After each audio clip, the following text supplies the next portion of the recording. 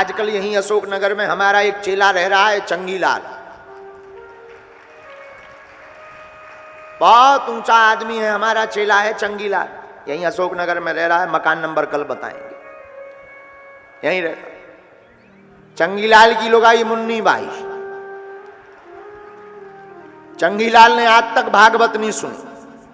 लुगाई ने एक बार गाली गलौज करके कहा कम से कम पुण्य धर्म करो, धर्मात्मा बनो, कथा सुन के जाओ जाओ, बुद्धि ठिकाने लगे। मर जाने, जिंदगी भर कमाई कमाई कमाई कमाई कर रहे, नरक जाओगे नरक। ये भी रोज हैरान, अरे यार ये पूजा पाठ हमारी बस की नहीं है, तुम ही करो। अरे भाई मानो, जाओ उठो। जब नहीं मानी लुगाई, रोज चेंचे पे घर में हो गए। एक बार ये भागवत में धोखे धंधे से पहुंच ही गया। गांव का बड़ा आदमी जैसे ही पहुंचा, आइए सेठ जी आइए आइए आइए, सुझे आके बैठिए बैठिए बैठिए। बैठे, और जैसे ही बैठे तो कथा ऐसी है भैया, कथा होत के बीच में, कथा होत के बीच में पाप उठे अकुलाएं। जैसी कथा होती है तो पाप भीतर बारे जागते हैं। कथा होत के बीच में पाप उठे अकुलाएं, या सोवे या लड़ पड़े या उठकर भग जाएं। हाँ हाँ, कथा जहां होती है वहां पर जो व्यक्ति जाएगा कथा में, उसे नींद भयंकर आएगी।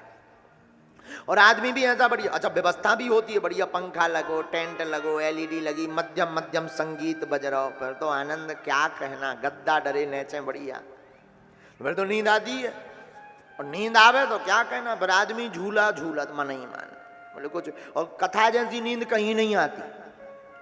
आप रामायण पढ़वे बैठो और कथा सुनवे बैठो, ऐसी नींद आए कि यार बिस्तर मिल जाए तो 6 महीना नहीं उठने। हाँ हाँ, कथा के चक्कर में एक जन ने कुर्ता फाड़ दो नींद के चक्कर में। हाँ, एक जन ऐसे ही, और चंगीलाल को भैया मंगीलाल, वो भी कथा सुनने को, दुकान थी कपड़ों की दुकान, कथा सुनने गया। और सुनवे जैसे ही गयो तो कथा में जाते ही सो गो। और काम था कपड़ों का, सो गो सो तो ठीक है, सपने में कपड़ा बेचन लगो बैठो बैठो भागवती के बीच में। आओ कथा चल रही हो, वो कपड़ा बेच रहा हो, और कपड़ा बेच रहा हो तो देख रहा हो सपना के एक ग्राहक आया, ग्राहक बोला कपड़ा लेना है, इसने कपड़ा निकाल के रख दिया। ग्राहक पूछता है रेट बताओ, ये बोला 5 रुपया मीटर, सस्ता जमाना। तो ग्राहक बोला 5 नहीं 4 रुपया। अरे बोले नहीं 5 लगे, बोले नहीं 4 देंगे, हम तो सिर्फ 4 देंगे। अब सपने में यहाँ बैठे, कथा चल रही, अजय सपनों में देख रहे। जब वो जाने लगा ग्राहक 5 नहीं देने लगा तो इसका दिमाग खराब हो गया। तो बोले ठीक है कोई बात नहीं, ले जा 4.5 में, 4 नहीं 4.5, ले जा 4.5 में, दोनों हाथ पसार और आगे वाले भक्त का कुर्ता दीनों फाड़।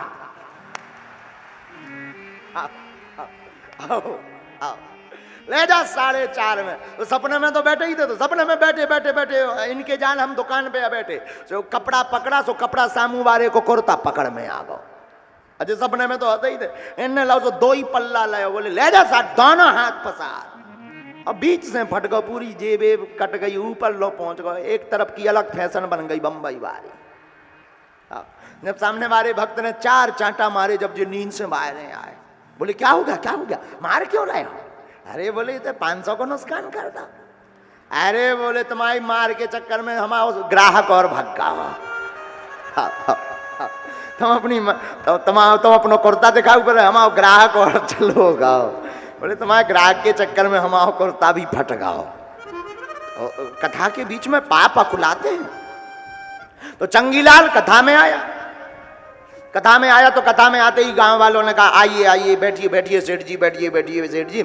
इनको ऐसी नींद आई कि पूरी कथा हो गई। जब बगल वाले ने जगाओ कि आरती हो रही, आरती, सो जी जगे, और जगे सो सब फिर बोले अब जाइए।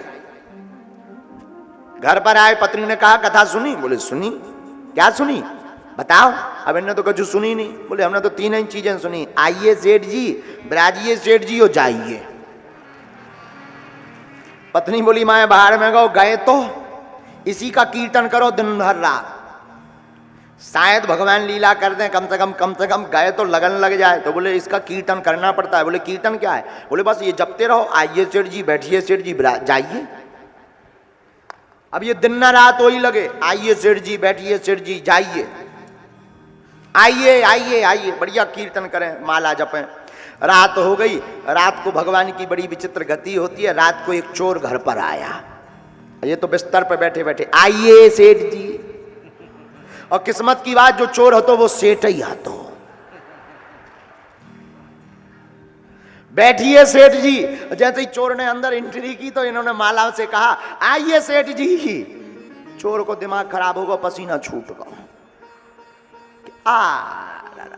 मालिक जग भी रहो, पहचान भी गाओ। हाँ, डायरेक्ट ही कह रहा हूं कि आइए सेठ जी। और चोर लगो कपबे। अंधेरा था तो फिर इसने दोबारा फिर कहा, अब दूसरा मंत्र बोला, विराजिए सेठ जी। तो चोर को दिमाग खराब कि अब भागते तो बनता नहीं है, पहचान गए हैं। सुबह जी राजा को और कहेंगे, फांसी और लगेगी, सो बैठे ही गो नीचे चरणन में। अब बैठ गए तो अब जे चिल्ला के बोले, जाइए सेठ जी। चोर को लगो नाराज हो गए, शायद अब कल ने दुर्गतिया करवाने। सो चोर पांव पकड़ के रहेगा, अब माफ कर दो, हमें माफ कर दो। जी बोले, अरे भैया लाइट जलाओ, कोई आ गया, आ गया। लाइट जलाई, पत्नी बोली, क्या हुआ? अरे देखो कोई आ गया। जब देखो तो सामने एक टैया चोर बैठो रहा है। तुम कौन? उसने बताया, हम चोरी करने आए थे, ऐसी ऐसी बात है। आपने कहा आइए सेठ जी, बैठिए सेठ जी। तो हमें लगा आप पहचान गए। सेठ जी बोले, अब तो हम पहचान गए। चोर पकड़ा गया। पत्नी भी बड़ी बुद्धिमान थी। पत्नी बोली, देखिए यह करामात है भगवान की कथा की। एक दिन गए और चोर पकड़ा गया। अगर तुम हर दिन कथा में जाओ तो मन के भीतर जो काम क्रोध रूपी चोर बैठे हैं वो भी एक दिन पकड़े जाएंगे और भगवान का सार प्राप्त हो जाएगा। बोले, ये तो बाहर के चोर हैं, भीतर भी चोर बैठे हैं। काम रूपी चोर, क्रोध रूपी चोर, ईर्षा रूपी चोर, पाप रूपी चोर, वासना के चोर भीतर छिपे बैठे हैं। और जो कथा में आकर के कथा सुनता है, विराजता है और कथा से पर भगवान का नाम लेता हुआ घर जाता, तो बोले बाहर का चोर भी पकड़ा गया और भीतर के चोर भी पकड़ जाते हैं।